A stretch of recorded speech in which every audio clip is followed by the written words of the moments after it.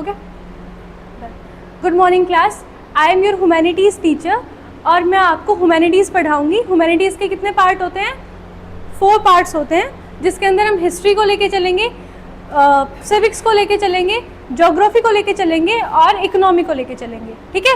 5th एक और part है जहाँ पे करंट अफेयर्स है, मैं आपको सारे के सारे करंट अफेयर्स भी कवर करा के चलूँगी। ठीक है। आज हम शुरू करेंगे हिस्ट्री से। ठीक है। हिस्ट्री बेसिकली होती क्या है? हिस्ट्री होती है जो कि सिविलाइजेशन है, जिस भी तरीके से लोग रह रहे हैं, पास्ट में जैसे रह रहे थे, उनके रहने का तरीका, वो क्या क्या चीज़ें करते थे, उनके पास क्या इंस्ट्रूमेंट्स थे, किस तरीके से वो अपनी लिविंग लाइफ चला रहे थे। ठीक है। वो जैसे जैसे रिकॉर्ड होती जाती है उसको हम हिस्ट्री के अंदर रिकॉर्ड, जो हम आज कर रहे हैं वो भी हिस्ट्री बनेगी एक दिन, है ना। अभी जो तुम्हारा चैप्टर है वो हम शुरू करेंगे हिस्ट्री की बुक का। ठीक है। यहाँ पे फर्स्ट चैप्टर है the beginning of Indian civilisation. ठीक है, ये हमें शुरू करना है। फर्स्ट वाला chapter the beginning of Indian civilisation. Next chapter हम करेंगे Indian culture roots and branches. Third is new beginning cities and states. Fourth is the rise of empire. Fifth one is the age of reorganisation. Sixth है हमारा the Gupta era, age of timeless creativity. Seventh हमारा chapter आता है reshaping India's political map. Eighth आता है हमारे पर rise of Marathas and ninth आता है कॉलोनियल एरा। ओके, ये सारे के सारे चैप्टर हम हिस्ट्री में कवर करके चलेंगे। हमारा बेसिकली मोटो ये रहेगा कि मैं आपको फर्स्ट डे आपका चैप्टर कराऊंगी, जिसके अंदर आपके चैप्टर से रिलेटेड जितनी भी चीज़ें हैं वो सारी की सारी कवर करेंगे। ठीक है। उसके बाद हम नेक्स्ट डे करेंगे हैंड रिटन नोट्स, जो कि मैं खुद आपको प्रोवाइड कराऊंगी, जो तुम्हें अपनी नोटबुक में नोट डाउन करने हैं। आज जो मैं पढ़ाऊंगी आपको कुछ नहीं लिखना है, आपको सिर्फ समझना है, कॉन्सेप्ट क्लियर करना है। ठीक है। कल हम इससे रिलेटेड जितने भी क्वेश्चंस बनेंगे वो सारे क्वेश्चंस के रैपिड फायर करेंगे, साथ में अपने नोट्स बनाएंगे। इतना समझ आया? स्टार्ट करें। गुड।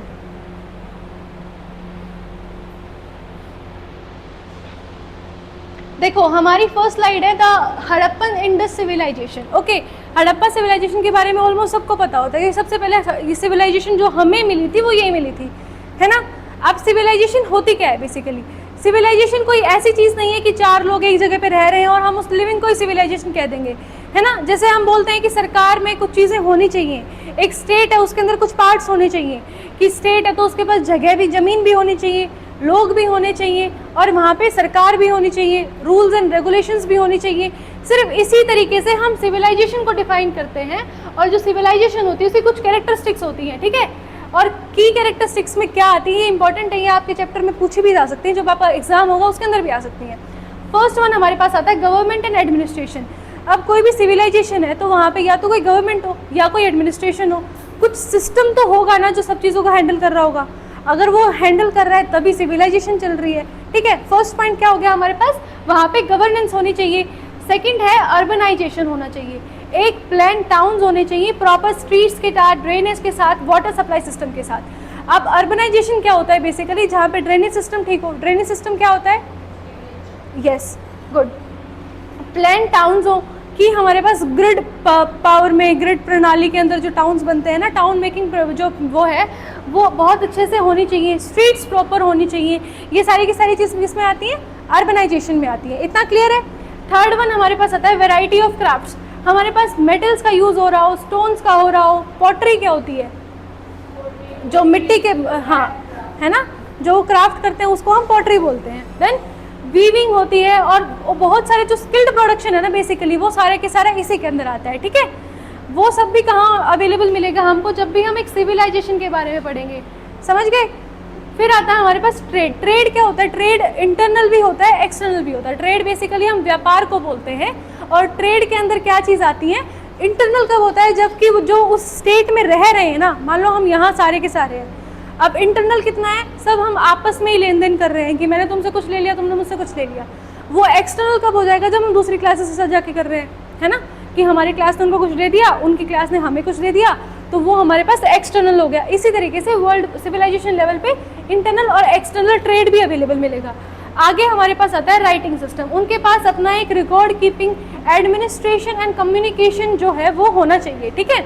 जहाँ पे वो रिकॉर्ड रख रहे हो, कुछ तो राइटिंग पैटर्न होगा ना, कोई भी चीज़ है उसको हम नोट डाउन करते हैं, लिखते हैं, हमारा भी एक राइटिंग पैटर्न है। ठीक है। उसके बाद आता है हमारे पास कल्चरल लाइफ। ठीक है। कल्चरल लाइफ के बाद हमारे पास आता है प्रोडक्टिव एग्रीकल्चर। एग्रीकल्चर में क्या आएगा कि सरप्लस फूड प्रोडक्शंस होंगे जो कि लार्ज पॉपुलेशन और नॉन फार्मर्स को भी सपोर्ट करते होंगे। अब ऐसा तो नहीं होगा कि अब ऐसा होता है कि जो फार्मर्स हैं वो सिर्फ अपने तक ही अनाज रखते, तो जो फार्मर्स नहीं उनके पास खाना कहाँ से आएगा, है ना। तो ये सपोर्ट भी होना चाहिए कि जो नॉन फार्मर लोग हैं उनके पास भी वो चीज़ अवेलेबल हो, ठीक है। और वो कब होगी, जब जो प्रोडक्शन है वो बहुत ज़्यादा सरप्लस होगा। सरप्लस होता क्या है, जब हम बहुत ज़्यादा एक्सट्रीम लेवल में किसी का प्रोडक्शन कर रहे हैं, ठीक है। समझ आई इतनी बात? फर्स्ट स्लाइड क्लियर है? ओके। नेक्स्ट आती है जो हमें पता लगी थी, वो पता लगी थी हड़प्पा सिविलाइजेशन, ठीक है। हड़प्पा सिविलाइजेशन के बारे में जानते हैं हम सब, थोड़ा थोड़ा हम सब ने पढ़ा होगा हड़प्पा सिविलाइजेशन के बारे में। हड़प्पा सिविलाइजेशन का जो टाइम पीरियड है ना वो 2600 से 1900 BCE है, ओके। BCE का डेफिनेट वो फुल फॉर्म क्या होती है, anyone nose? Yes, very good.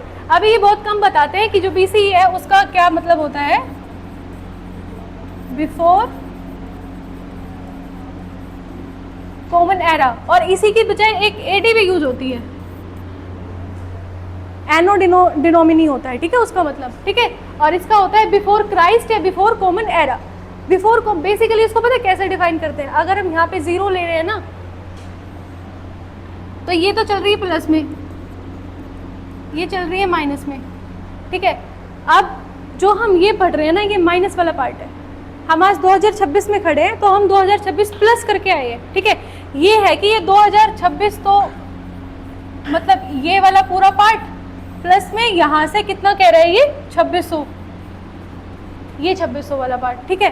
तो इतने ज़्यादा साल जब हम इसको डिफाइन करते हैं तो हम BCE को यूज़ करते हैं, ठीक है।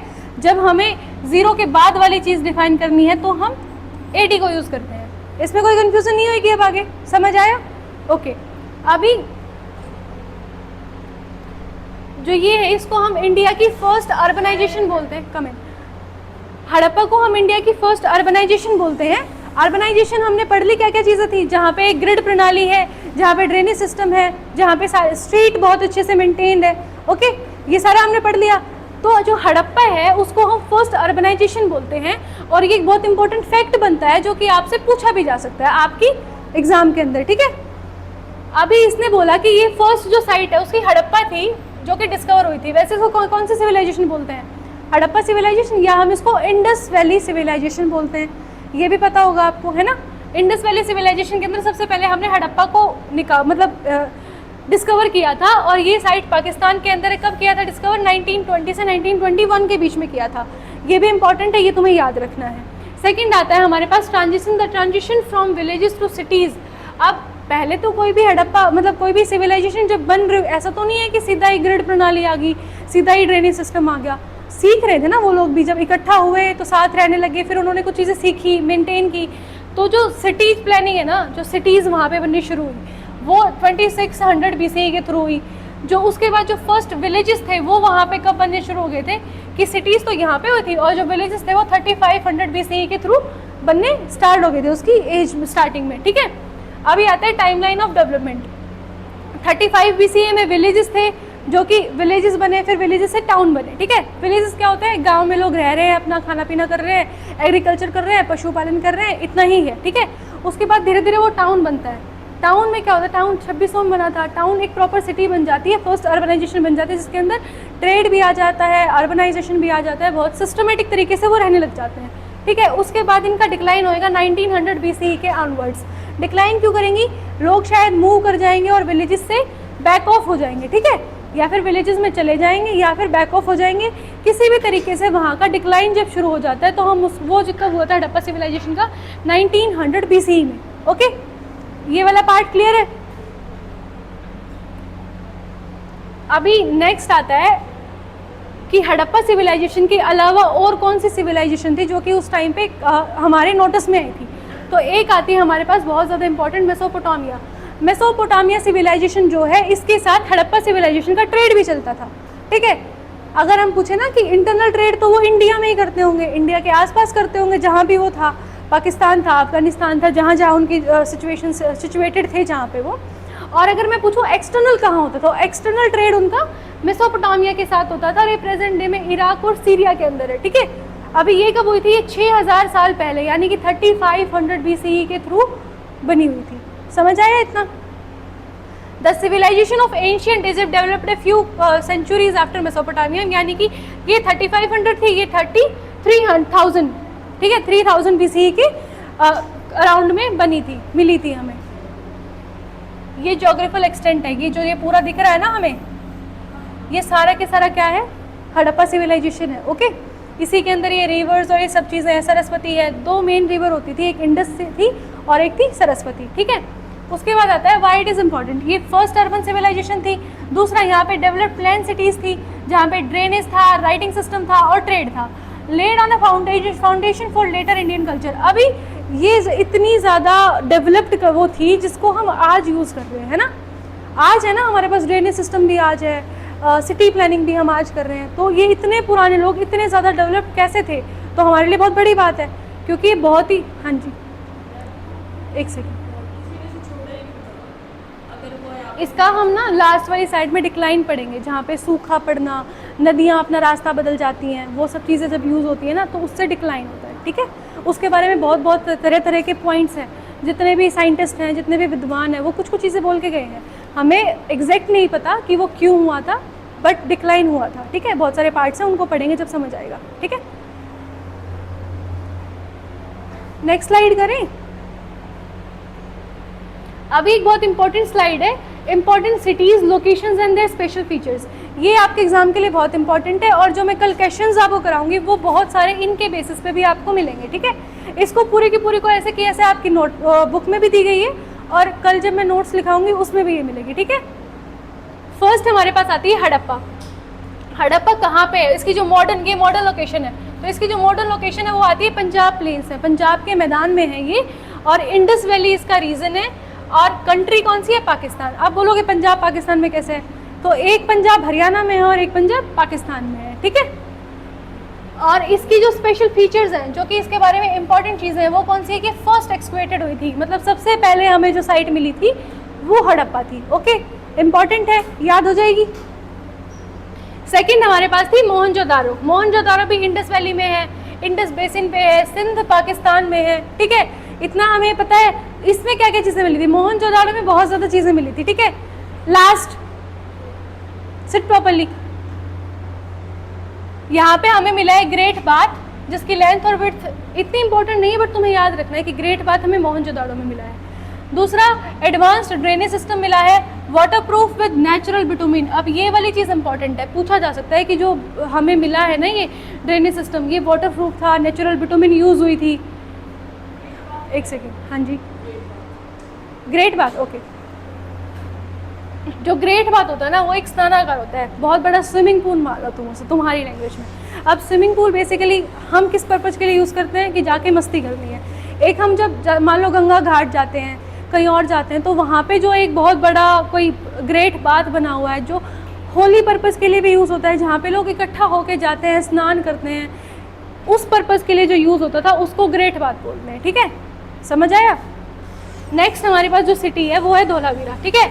धोलावीरा रन ऑफ कच्छ में है, ये आइलैंड साइट है, और ये गुजरात इंडिया के अंदर पड़ती है। यहाँ पे हमें क्या मिला था, यहाँ पे लार्जेस्ट वाटर रिजर्वेयर सिस्टम मिला था, 3 पार्ट सिटी। वाटर रिजर्वेयर क्या था, यहाँ पे वाटर रिजर्व जहाँ होता है, मतलब सबसे बड़ी एक तो ये आइलैंड साइट थी, आइलैंड के उसमें थी, तो ऑब्वियसली यहाँ पे वाटर का तो मिलना ही था इन्फ्लुएंस। दूसरा यहाँ पे 3 पार्ट सिटी, 3 पार्ट, जैसे हर जगह हम ना 2 पार्ट पढ़ेंगे कि एक जगह होता था सिटाडल और एक जगह होते थे नॉर्मल लोग, ठीक है। 2 पार्ट होते थे हर सिटी के। सिटाडल होता था जहाँ पे रिच लोग रहते थे, या फिर जो एडमिनिस्ट्रेट करते थे पूरी की पूरी सोसाइटी को, वो लोग रहते थे। और जो नॉर्मल पार्ट था, वहाँ पे जो अपने जैसे जनरल लोग हैं वो लोग रह रहे होते, ठीक है। सिर्फ एक धोलावीरा एक ऐसी जगह है जहाँ पे हमें 3 पार्ट मिले हैं, ठीक है। एक इतना मिला है, सिटाडल मिला है, एक नॉर्मल मिला है, और फिर हमें एक और थोड़ा हटके मिला है। तो हमें एक जो धोलावीरा साइट है उस पर 3 पार्ट्स मिले हैं, एक जगह अलग घर है, एक जगह अलग घर है, एक जगह अलग घर है, ठीक है।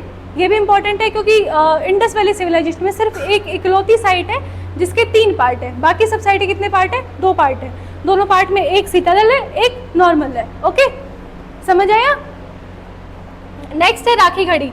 राखीगढ़ी हरियाणा के प्लेन्स में है, सरस्वती बेसिन पे है, और ये हरियाणा में पड़ती है।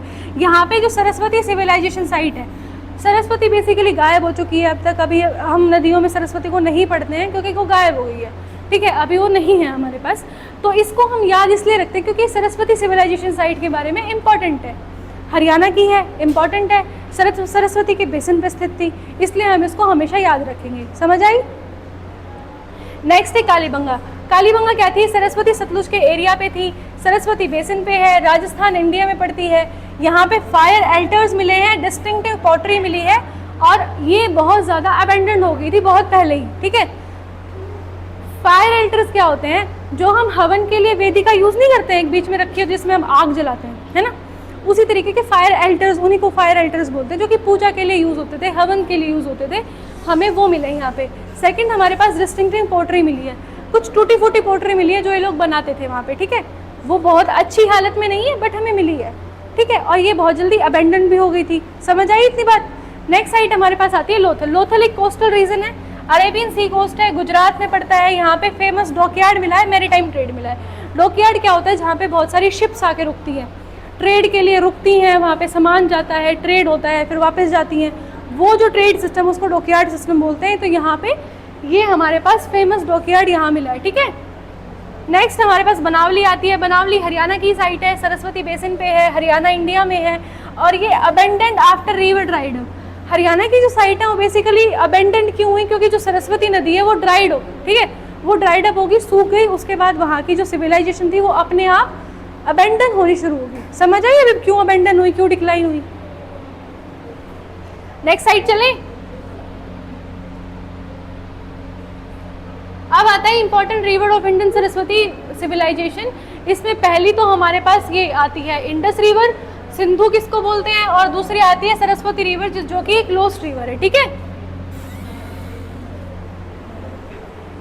अभी जो इंडस रिवर है ना, सरस्वती तो हमने पहले ही पढ़ लिया कि वो उनके होते होते ही अबेंडन हो चुकी थी। तो जो इंडस रिवर है वो उस रीजन की मेन रिवर होती थी, और इसकी 5 ट्रिब्यूटरी थी, झेलम, चेनाब, रावी, सतलुज और ब्यास। ठीक है, ये इंपॉर्टेंट है, ये आपके एग्जाम में पूछा जा सकता है। इसको हम ये ऐसे कुछ कर सकते हैं,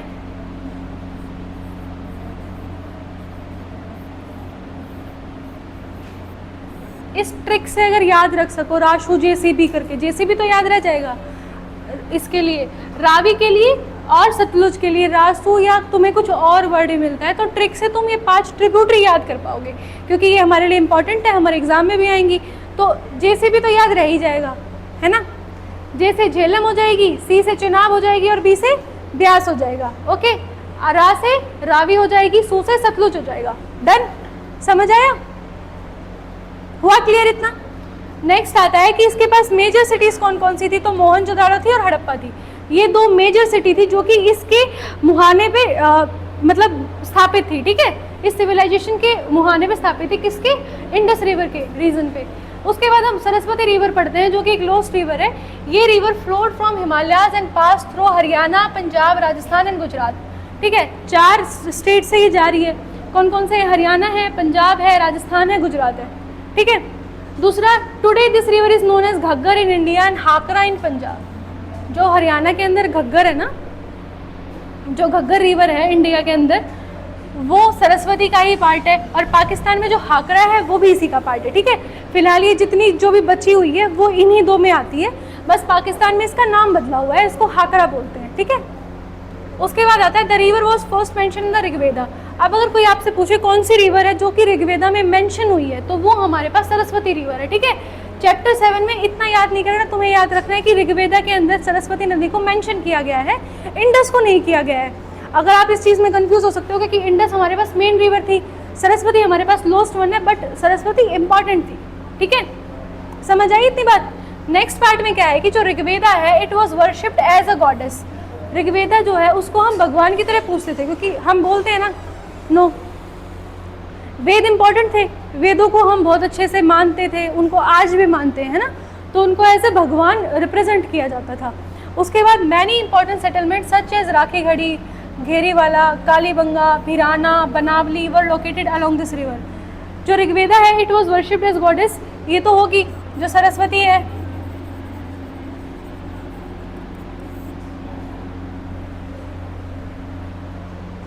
कैसे होएगा ये?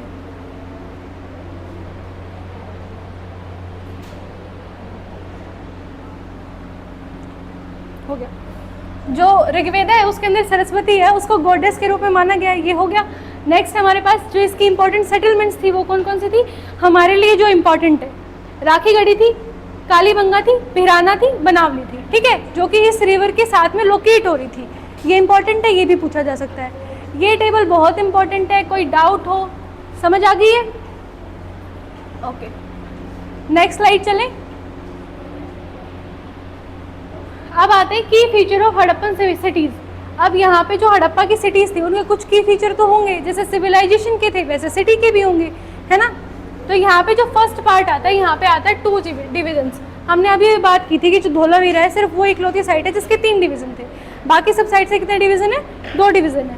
फर्स्ट हमारे पास देखो, तुम्हें दिख रहा होगा ये जो बड़ा वाला पार्ट है ना, ये हमारे पास सीतादल है, ठीक है, इट्स सीतादल। इसको हम अपर टाउन बोलते हैं, जहाँ पे एलिट यानी कि रिच और पावरफुल लोग रह रहे होते थे, समझे।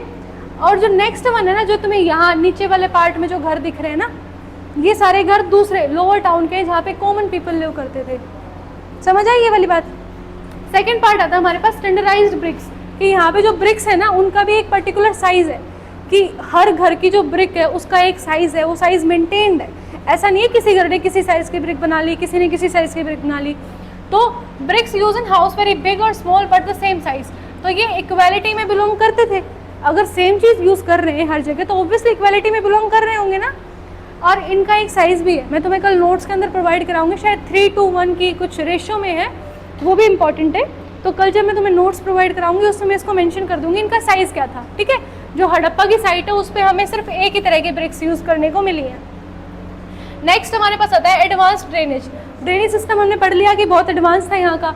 Drains run underground beneath the street, drains were regularly clean. दूसरा ये भी है कि हमें अब भी एट प्रेजेंट भी बहुत सारे होल्स और ड्रेनेज सिस्टम हम चलते फिरते अगर अपने भी सिटीज़ में देखो दिख जाते हैं कि साइड में कूड़ा इकट्ठा हो रखा है, ड्रेनेज प्रॉपर नहीं हो रखी है, वो सारे के सारा गंद को बाहर निकाल के रख रखा है ना। इनका इतना ज़्यादा क्लीन था कि जो ड्रेन्स है वो रेगुलरली क्लीन होते थे। ऑब्वियसली बहुत ज़्यादा एडवांस टेक्नोलॉजी थी जो कि आज भी बहुत कम यूज़ हो रही है, ठीक है। ये आया समझ में। फोर्थ पार्ट था प्राइवेट बाथरूम्स। अब हर रूम के अंदर एक प्राइवेट बाथरूम होता था, ठीक है। House had private bathrooms connected through this network, this shows A high level of cleanliness and planning. अब कुछ तो उनके घर की प्लानिंग भी होती होगी ना, हर घर में बाथरूम, इसका मतलब हर घर की एक प्लानिंग है कि एक रूम है, एक किचन है। आगे चल के इनके almost the houses have an वो कुआं, वेल भी होता था हर एक हाउस में, ठीक है। तो कुआं भी है, बाथरूम भी है, पानी का भी सिस्टम है, तो एक सिस्टम तो है, एक प्लानिंग से वो घर बना रहे हैं, ओके। और इनके घर ऐसे भी नहीं है कि सिर्फ फर्स्ट फ्लोर तक मतलब ग्राउंड फ्लोर तक बने हुए हैं, इनके घर 2-2 मंजिला भी बने हुए हैं, ठीक है। हमें वो घर भी मिले हैं, समझे। नेक्स्ट आता है town planning grid system. Harappan were excellent engineer, the cities were built in precise mathematically plans. अभी तुम देख पा रहे हो कि ये घर बना हुआ है, यहाँ पे रूम है, यहाँ पे है, यहाँ पे है, और प्रॉपर एक सेम पैटर्न के अंदर बना हुआ है ना, एक सेम ग्रिड प्रणाली जो है वो यूज़ हो रखी है, इसके अंदर सिस्टम यूज़ हो रखा है। तो ये प्लानिंग में बहुत ज़्यादा माहिर थे, इंजीनियरिंग में बहुत ज़्यादा माहिर थे। Keep silence. नेक्स्ट आता है equal standards, all made of standardised fire bricks. इनके पास ऐसा भी नहीं है कच्ची ईंटें यूज़ कर रहे हो, ये पकी हुई ईंटें यूज़ करते थे। पकी हुई ईंटें कौन सी होती है? जिनको आग में सेक के पका दिया जाता है, समझे। This shows an organized society with equal standards and suggests social equality and no glaring or differences. तो यहाँ पे कोई डिफरेंस बना ही नहीं। जब वेल प्लान मेंटेन्ड सोसाइटी बनी हुई है तो डिफरेंस तो होगा ही नहीं, क्योंकि हर जगह इक्वालिटी लेके चल रहे थे। समझ आई इतनी बात?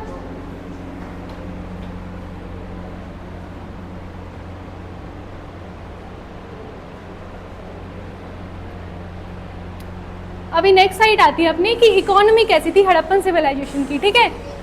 हड़प्पा सिविलाइजेशन एक वेल प्लान्ड सिविलाइजेशन थी। इसमें ये एग्रीकल्चर पे बेस्ड थी, ट्रेड पे बेस्ड थी, स्किल्ड क्राफ्टमैनशिप भी यहाँ पे थी। क्राफ्ट हमने देखा ना कि क्राफ्ट यहाँ पे बहुत सारी थी, पोट्री बनाते थे ये लोग, है ना। अभी सबसे पहले हम इसका पार्ट देखेंगे कि एग्रीकल्चर किस लेवल पे यहाँ पे होती थी, ओके। एग्रीकल्चर में ये कौन कौन से क्रॉप उगाते थे? वीट उगाते थे, barley, millets, pulses and sometimes rice, okay. अब कोई तुमसे पूछ ले कि कौन कौन सी फसलें वहाँ पे उगती, तो तुम्हें ये चीज़ें याद रखनी है। एक तो था वीट सबसे ज़्यादा, फिर बार्ले, मिलेट्स, पल्सेस भी होती थी और राइस भी होता था। अगर कोई तुमसे कहे पल्सेस होती थी, हमने मेनली सिर्फ इन तीनों को पढ़ा है। और थोड़ा सा हमने राइस को पढ़ा है, हमने पल्सेस को नहीं पढ़ा है, बट पल्सेस भी होती थी, ठीक है, पल्सेस मतलब दालें, समझ गए। उसके बाद जो हड़प्पन है वो earliest to grow cotton and weave it. अब जो हड़प्पा थे, ये इंपॉर्टेंट पार्ट है, जो हड़प्पा वासी थे वो सबसे पहले थे जिन्होंने कॉटन को उगाया, यानी कि कपास की खेती की और उसके बाद उससे कॉटन बनाई, ठीक है। कॉटन बनाना भी अपने आप में एक प्रोसेस है, तो वो कितने एडवांस थे कि उन्होंने कपास को उगाया भी, उसको उगाने के बाद उससे उन्होंने कपड़ा भी बनाया, कॉटन भी बनाई, ये फर्स्ट है यहाँ पे, ये भी इंपॉर्टेंट है। दूसरा टूल कौन सा यूज़ करते थे, वुडन प्लॉग यूज़ करते थे, ये वाला जो है ये वहाँ पे मिला भी है, मॉडल फाउंड इन बनावली। कहाँ मिला है? बनावली में मिला है, ठीक है। वुडन प्लॉग क्या होता था, जो ये हल होता था ना जिस पे बैल ले जाते थे हम, वो वाली चीज़ होती थी, समझ आया। नेक्स्ट हम आते हैं ट्रेड पे। ट्रेड जो है वो कनेक्टिंग द वर्ल्ड है। इंटरनल ट्रेड कौन सा होता था? Between cities using block carts and river boats. अभी कहीं किसी शहर में ये नदी के थ्रू निकल जाते थे, कहीं किसी शहर में ये ब्लॉक कार्ट्स के थ्रू निकल जाते थे, तो वो तो हो गया सिटीज़ के बीच में जो ट्रेड होता था। जब एक्सटर्नल ट्रेड आएगा तो ये मेसोपोटामिया के साथ करते थे और ओमान के, हमने मेसोपोटामिया पढ़ी थी ना अभी पिछली स्लाइड में, तो वहाँ के साथ इनका ट्रेड होता था। एक्सपोर्ट क्या करते थे ये इंपॉर्टेंट है, ये एक्सपोर्ट करते क्या क्या थे। एक्सपोर्ट में आता है कार्नेलियन बीड्स जो कि रेड स्टोन होते हैं, शेल बैंगल्स और कॉटन टिम्बर, ठीक है, कॉटन का टिम्बर होता है, उसको करते थे, ये सोल्ड करते थे। हमें यहाँ पे रेड स्टोन मिलता है, हमें यहाँ पे शेल बैंगल्स, जो कि शेल होते हैं ना, शंख जिनको बोलते हैं, उन शेल से बना हुआ जो बैंगल्स होते हैं उनको, हड्डियों से भी बनते हैं, वो करते थे और टिम्बर यूज़ करते थे। अब इसकी जगह ये ऐसा नहीं है, बाटर सिस्टम होता था पुराने टाइम में। पता है बाटर सिस्टम क्या होता है? एक्सचेंजिंग, है ना। ये पैसे नहीं लेते थे, इनका क्या था कि हम तुम्हें अनाज दे रहे हैं, तुम हमें कुछ और चीज़ दे दो, या हमें कुछ और चीज़ चाहिए, हमारे पास कुछ चीज़ एक्स्ट्रा है तो हम उसको एक्सचेंज कर लेंगे, ठीक है, समझ आई। तो ये यहाँ पे बाटर सिस्टम होता था। और ये इंपोर्ट क्या करते थे, अब हमारे पास कॉपर का स्कार्स इन इंडिया। स्कार्स क्या होता है? स्कार्स होता है कमी, कि हमारे पास कमी है, उसकी है हमारे पास, बट हमारे पास इनफ नहीं है जितना हमें चाहिए। तो ये कॉपर मंगाते थे, गोल्ड मंगाते थे और बहुत सारे मेटल्स और भी होते हैं, मतलब बेसिकली मेटल्स मंगाते थे हम। इतना आया समझ में। लैंड ट्रांसपोर्ट इनका ऑक्स कार्ट होता था और पैक एनिमल होते थे, ठीक है। आगे है वाटर ट्रांसपोर्ट किसके करते थे? रिवर बोट से करते थे या फिर शी शिप से। डॉकयार्ड एट लोथल, लोथल का डॉकयार्ड हमने पढ़ा है, बहुत इंपॉर्टेंट था, वहाँ से बहुत ज़्यादा मात्रा में ट्रेड जो था वो वहीं से होता था, जो कि इसके शिप्स के थ्रू होना है, ठीक है। उसके बाद आती है हड़प्पन की सील। सील्स क्या होती है? मुहरें होती है एक तरह की, ठीक है, स्टैंप जो इनको यूज़ बोलते हैं हम उनको।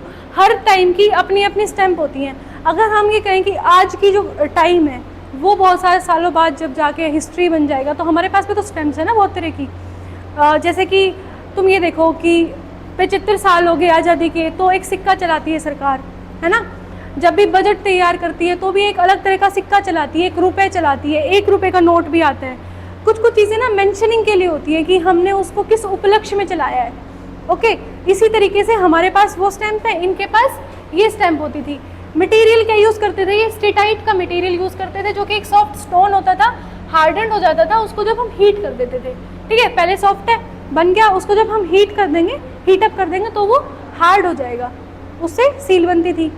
फिर इसका जो साइज़ है वो बहुत ज़्यादा स्मॉल होता था, बहुत कम सेंटीमीटर्स का, मोस्टली ये स्क्वायर या रेक्टेंगुलर शेप की होती थी, जो कि तुम्हें यहाँ भी दिख रही है, ये सारी सील्स ही हैं, ओके। एनिमल फिगर्स होते थे, unicorn, bull, tiger, rhinos and crocodile. अब ये 5 है ना, ये इंपॉर्टेंट है। आगे चल के एक सील ऐसी भी आएगी जिसको हम पशुपति शील बोलते हैं, जिसके जो फ्रंट में तो एक आदमी बैठा मिलेगा आपको, और उसके चारों तरफ ना 5 वो मिलेंगे एनिमल्स, ठीक है। वो बहुत इंपॉर्टेंट सील है, उसको भी हम याद करेंगे। मोस्टली जो फिगर्स हैं उनमें ये 5 जो हैं एनिमल्स हमें दिखे हैं, ये फिगर्स दिखे हैं। इसका मतलब ये एनिमल्स उस टाइम पे अवेलेबल थे, तभी तो उनको दिखे हैं। राइटिंग में क्या थे? सिंबल करते थे। ये अननोन स्क्रिप्ट थी जिसको हम, जो इनकी जो सिंबल्स थे ना, इनकी जो राइटिंग थी उसको हम आज तक पढ़ नहीं पाए हैं, ठीक है। हड़प्पा की जो सिविलाइजेशन की जो राइटिंग थी, ये वाली राइटिंग, इसको हम आज तक रीड आउट नहीं कर पाए, इन्होंने लिखा क्या हुआ है, बट इनके पास एक राइटिंग स्किल थी, इनके पास अपनी ही एक पिक्चर राइटिंग थी, जिसके अंदर एक पिक्चर के थ्रू दिखाते थे, ठीक है, पिक्चर बनाते थे और पिक्चर के थ्रू इनकी राइटिंग स्किल आती थी। इतना समझ आया? ये वाली स्लाइड क्लियर है? नेक्स्ट चलते हैं। अभी आती है इंडस वैली सिविलाइजेशन की society, art and culture, okay. Society and art culture में क्या आता है? फेमस आर्किटेक्ट होते थे, सबसे पहले तो सील्स ही थी। अब जब हम आर्ट और कल्चर देख रहे हैं तो सील्स तो फर्स्ट पे आएंगी क्योंकि सील्स सबसे इंपॉर्टेंट थी। दूसरा एक डांसिंग गर्ल मिली है, ये भी बहुत इंपॉर्टेंट है। तीसरा यहाँ से एक प्रीस्ट किंग मिला है, एक थर्स्टी क्रो की स्टोरी मिली है, एक टेराकोटा के टॉयज मिले हैं, दूसरा आर्टिस्टिक एक्सीलेंस मिला है। अब ये सारी चीज़ इंपॉर्टेंट है, वन बाय वन करके हम इनको समझते हैं। फर्स्ट हमें तो सील मिली है। सील हमने अभी अभी देखी, स्क्वायर शेप की होती थी या फिर रेक्टेंगुलर शेप की होती थी, और ये एक स्टेटाइट नाम के स्टोन से बनी होती थी, जो कि वैसे तो सॉफ्ट होता था, जब हम उसको हीट अप कर देते थे तो वो हमारे पास हार्ड हो जाता था। ओके, दूसरा ये ऑनरशिप ऑफ गुड को दिखाने के लिए होती थी। कई बार अब वो तो बार्टर सिस्टम में सामान भेज ही रहे हैं, मेसोपोटामिया थोड़ी जा रहे हैं, उन्होंने तो अपना सामान भेज दिया है, तो एक स्टैंप लगाते थे वो कि ये हमारा जो ब्रांड है उसकी ऑनरशिप है, कि हाँ हमने बहुत ही अच्छी जो क्वालिटी है वो भेजी है आपके पास, उसको दिखाने के लिए, शो करने के लिए, ऑनरशिप को दिखाने के लिए हम स्टैम्प को यूज़ करते थे। ठीक है, फिर आता है open head animal carvings like a unicorn, bull and tiger. हमने 5 तरीके के एनिमल्स देखे हैं इसके अंदर जो नॉर्मली इसमें यूज हुए हैं। ओके, फिर आता है हमारे पास डांसिंग गर्ल, एक फेमस ब्रोंज स्टैचू है जो कि मोहनजोदाड़ो में मिला है। ठीक है, समझ रहे हो, डांसिंग गर्ल का स्टैचू ब्रॉन्ज मेटल का है और कहाँ मिला है, मोहनजोदाड़ो में मिला है। ठीक है, उसके बाद एक प्रीस्ट किंग मिला है। ठीक है, ये जो किंग है ना, सिर्फ ये ही मिला है जिससे हमें थोड़ा मोड़ा ये लगता है कि शायद ये वहाँ का किंग था, बाकी हमें वहाँ पे राजतंत्र जैसा कुछ नहीं दिखता कि वहाँ पे राजा थे, लोग थे, मंदिर थे, ऐसा कुछ नहीं दिखता है। बस हमें एक प्रीस्ट किंग की वो मिली है, स्कल्पचर मिला है। ठीक है, एक्सकेवेशन के बिलीव टू बी प्रीस्ट और इम्पॉर्टेंट। अब मिला है तो भाई या तो प्रीस्ट ही होगा या फिर कोई तो इम्पॉर्टेंट इंसान होगा जिसको स्कल्पचर बना दिया, जिसका ऐसे ही तो किसी का नहीं बनाएंगे वो, है ना, इसलिए इसको हम या तो किंग बोलेंगे या फिर कोई इंपॉर्टेंट पर्सन बोलेंगे। ठीक है, फिर मिला हमें थर्स्टी क्रो स्टोरी, एक पेंटिंग मिली है, एक कोट मिला है लोथल से, और उसके ऊपर थर्स्टी क्रो वाली जो स्टोरी जो हम आज गाते हैं। मैंने बोला चुपचाप क्लास देख लो, कोई आवाज़ नहीं आनी चाहिए, डाउट हो तो पूछ लो, मैं आके बता रही हूँ, बीच में आवाज़ नहीं करनी है, समझ आ रही है।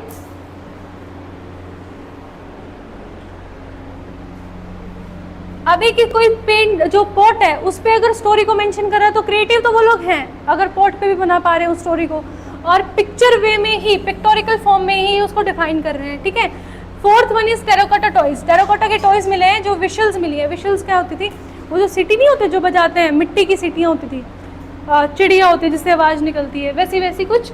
और बोर्ड गेम्स मिले हैं, प्लॉग मॉडल्स मिले, ये सब यहाँ से मिले। Use of game, education and training, ये सब चीज़ें भी होती थी वहाँ पे। अगर इन्होंने प्लॉग बनाया है, जो वुडन प्लॉग है जिसको एक खेत में हल की तरह यूज़ कर रहे हैं, तो उसके छोटे मॉडल से मिले हैं, इसका मतलब ये उसको यूज़ तो कर ही रहे थे, कहीं ना कहीं सिखाने के लिए, लर्निंग के लिए यूज़ कर रहे थे। ठीक है, उसके बाद आर्टिस्टिक एक्सेलेंस में हमें मिली है, people were skilled with bead making. मोती बहुत अच्छे बनाते थे, या तो पत्थर के बना रहे हैं, शंख के बना रहे हैं, हड्डियों के बना रहे हैं, बट ये मोती बहुत अच्छे बना रहे हैं। ठीक है, इनकी जो ज्वेलरी थी वो बेसिकली हड्डियों से, पत्थरों से, स्टोन से, इन सब से बनती थी। ठीक है, shows a rich culture and high standard of living. अब ऐसा नहीं होता कोई बहुत अच्छा बन ठन के रहता तो इसका मतलब उसका स्टैंडर्ड बहुत हाई है ना। अब वो इतनी सारी चीज़ें, गहने, ऑर्नामेंट्स यूज़ कर रहे हैं, इसका मतलब वो एक स्टैंडर्ड लिविंग तो जीते थे, है ना। समझ आई इतनी बात? ओके, अभी आता है हमारे पास फूड, व्हाट दे ईट, और मेन फूड आइटम उनके पास क्या होते थे। They eat mix of cereals, vegetables and meat. Fishing and animal rearing were common. अब फिशिंग भी कॉमन थी, एनिमल हस्बेंड्री भी वो करते थे, पालते थे पशुओं को, उनको यूज़ करते थे। और हमने जो देखा है कि लेंटल्स भी बनाते थे, राइस भी था, और क्या कहते हैं, वीट भी था, ये सारी चीज़ें वो यूज़ करते थे, उगाते थे, खाते थे। ठीक है, उसके बाद आता है मेनली फूड आइटम कौन थे, wheat, barley, millets, pulses, rice, sometime vegetable, fruits, milk, meat and fish. Basically सारी चीज़ खाते थे, समझे।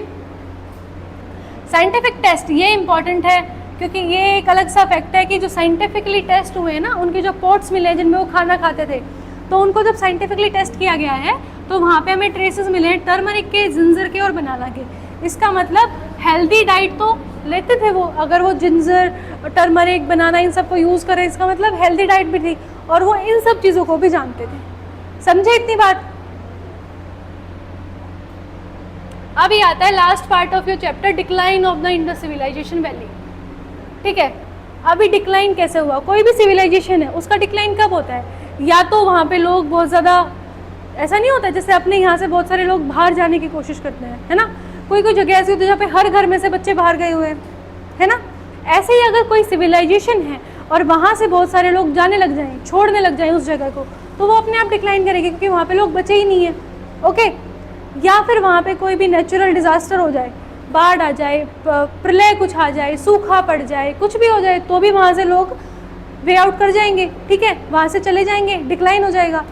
तो इसके अंदर वही रीज़न बताए गए हैं कि क्लाइमेट चेंज, जैसे अगर हम अभी देखें तो हम अभी ये चीज़ महसूस कर रहे हैं कि हम गर्मी ज़्यादा हो रही है, सर्दी में सर्दी ज़्यादा हो रही है, बट गर्मी के जो टाइम्स है वो ज़्यादा बढ़ता जा रहा है साल दर साल, है ना। पहले ऐसा होता कि 40-42 हमें बहुत ज़्यादा लगता था, अब डेली का टेम्परेचर 43-45 होता है। इसी तरीके से अगर क्लाइमेट चेंज बढ़ता चला जाए तो लोगों के पास सहने की क्षमता नहीं बचती और वो उस जगह को छोड़ के चले जाते हैं। अगर ये वाली चीज़ हुई होगी तो होगी, रिवर सूख जाएंगी, है ना, क्लाइमेट चेंज होगा तो रिवर सूख जाएंगे, फ्लो ऑफ चेंज हो जाएगा।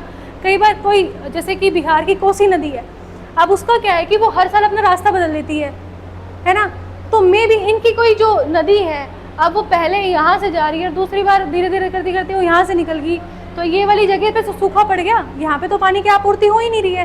तो यहाँ पे क्लाइमेट चेंज एक इम्पॉर्टेंट रोल हो सकता है। हम किसी भी चीज़ में श्योर नहीं है, बट ये सारे के सारे रीजंस हो सकते हैं, है ना, गैस है।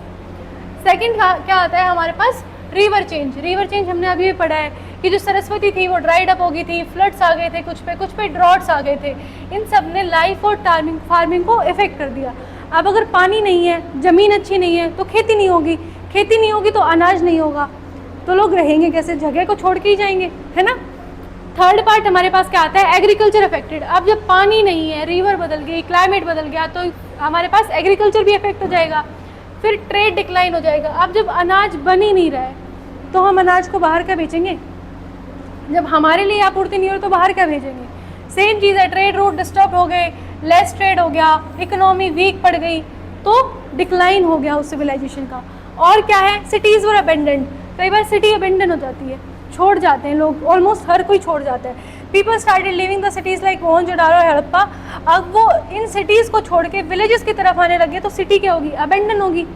ओके, इन शॉर्ट अगर, और एक और है, डिजीज़ होगी, मतलब हो सकता है कोई डिजीज़ होगी हो, कोई बीमारी ऐसी फैल गई हो कि सब लोग चले गए हो, नेचुरल डिजास्टर हो गए हो, अर्थक्वेक्स हो गए हो, सोशल एंड पॉलिटिकल चेंजेस भी इसके अंदर अफेक्ट होते हैं, ठीक है।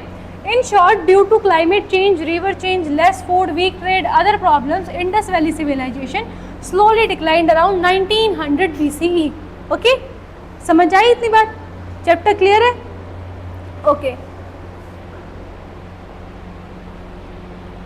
अभी एक क्वेश्चन है, जो भी स्लाइड्स हमने की हैं, पढ़ी हैं, उनसे रिलेटेड है। ओके, अभी तुम्हें मेरे को बताना है कि इसका राइट आंसर क्या होगा। First is Harappa, Dholavira, Lothal and Mohenjodaro. तो हड़प्पा इनमें से क्या आएगा हड़प्पा के लिए,